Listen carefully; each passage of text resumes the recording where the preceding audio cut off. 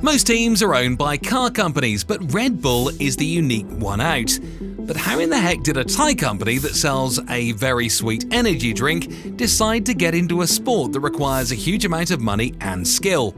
Well folks, this is the bizarre tale of how Red Bull got to the top of Formula One. In the summer of 1982, everything kicked off.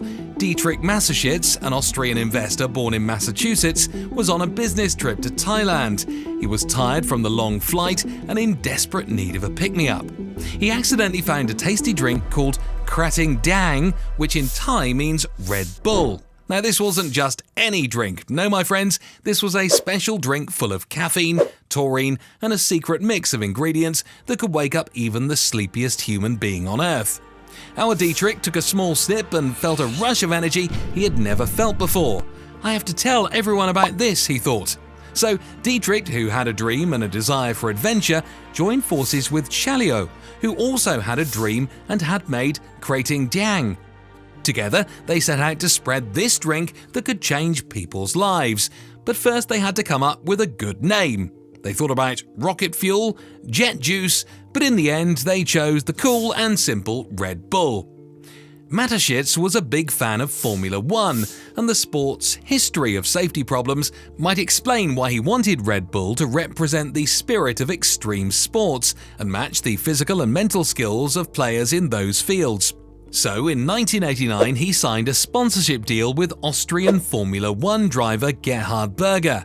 This was Red Bull's first step into the world of Formula One, and it was inspired by the famous Jochen Rindt.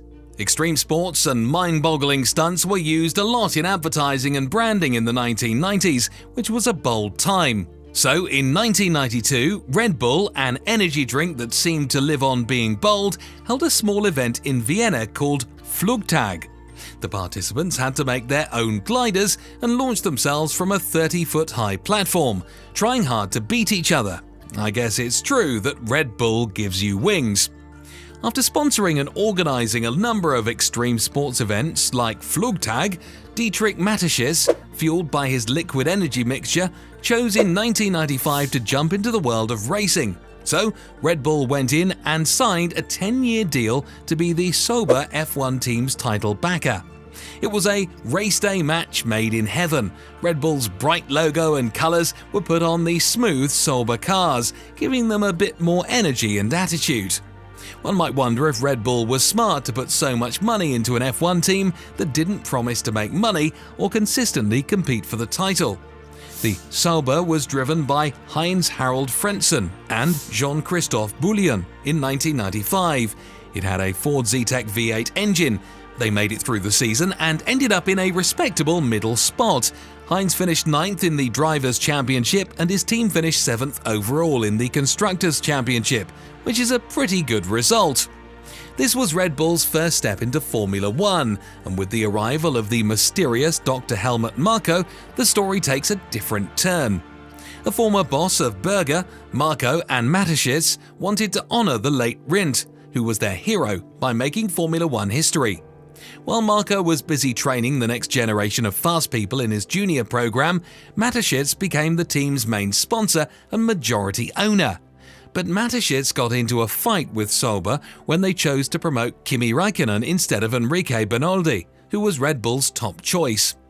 Mateschitz had to make a very important choice, and so do you, my friend. If you never want to miss any upcoming video, remember to hit that subscribe button here at DRS. He might not have said, "Forget these people, I'm putting together my own team," but that was probably the idea. So when the financially troubled Jaguar F1 team became available to buy for the unbelievable price of $1 in November 2004, Mateschitz took full advantage of the chance. He asked his friend Marko to be a consultant, changed the name of the team to Red Bull Racing, and put tens of millions of dollars into the business. In Formula One, Red Bull Racing didn't take long to make moves. In 2006, they got their first podium finish, soon after hiring the young and talented Christian Horner as their team director. Even though the company liked being known for and linked to extreme sports, their main goal was to win the championships. And who better to lead this search than Helmut Marko, who was known for helping young drivers like Nicky de Vries in a quiet way.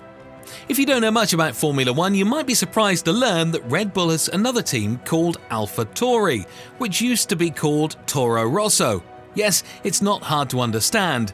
Toro Rosso was mostly a place for Red Bull's young talented drivers to try their skills and see if they were ready to move up to the more prestigious Red Bull racing team. Even so, they didn't have a great track record. They came in 6th place in the Constructors' Championship, and their best moment was winning at Monza. Still, they held their own in a very competitive area of the field called the middle. After Sebastian Vettel made a great start in F1 with Toro Rosso, he moved up to the main Red Bull team. This was the turning point for the Austrian choir, which helped them become well known. From 2010 to 2013, the two of them ruled their sport and won 4 championships in a row. But when rule changes in 2014 gave Mercedes and Lewis Hamilton the upper hand, Red Bull's chances of winning the title went down. In 2019, Toro Rosso changed from a junior team to a sister team, taking on a new name, AlphaTauri. As a result of this change, the goals changed. AlphaTauri was still the team that helped Red Bull Racing get better, but it was also now a representative for Red Bull's fashion brand. Why a fashion brand would want to be associated with dangerous sports is still a bit of a mystery. The year 2021 came around and it was once again Red Bull's time to shine. Sergio Perez and Max Verstappen made themselves known and took Lewis Hamilton's title in a dramatic way.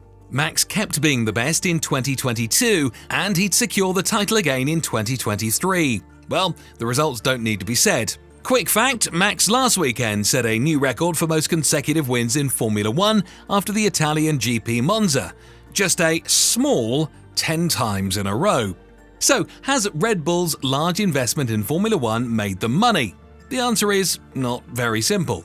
A study from 2018 says they spent more than $2.3 billion on the sport in its first 14 years, even though Red Bull brought in about 35% of the race team's annual income, or about $160 million.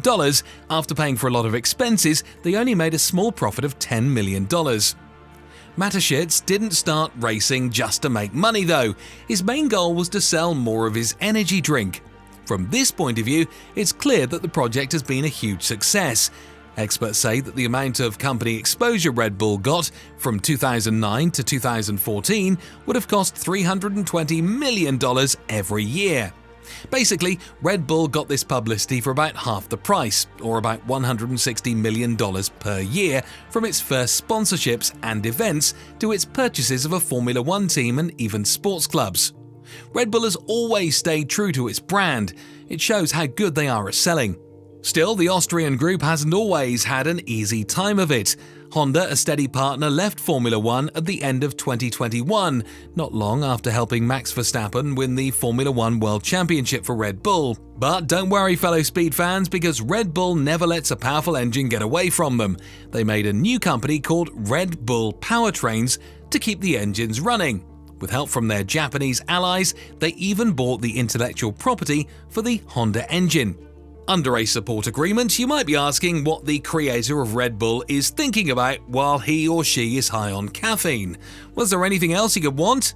Well, they are doing this for more important reasons than just protecting their name and avoiding financial trouble. Mateschitz doesn't just want to be the king of energy drinks anymore. He has big plans to turn Red Bull sports teams into fully separate businesses. Wait a minute, Mateschitz had big plans, right? Why this change? Well, that may have something to do with the fact that he died in 2022.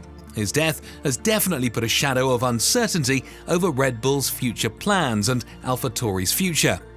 The Austrian band's path from here on out can only be seen with the passage of time.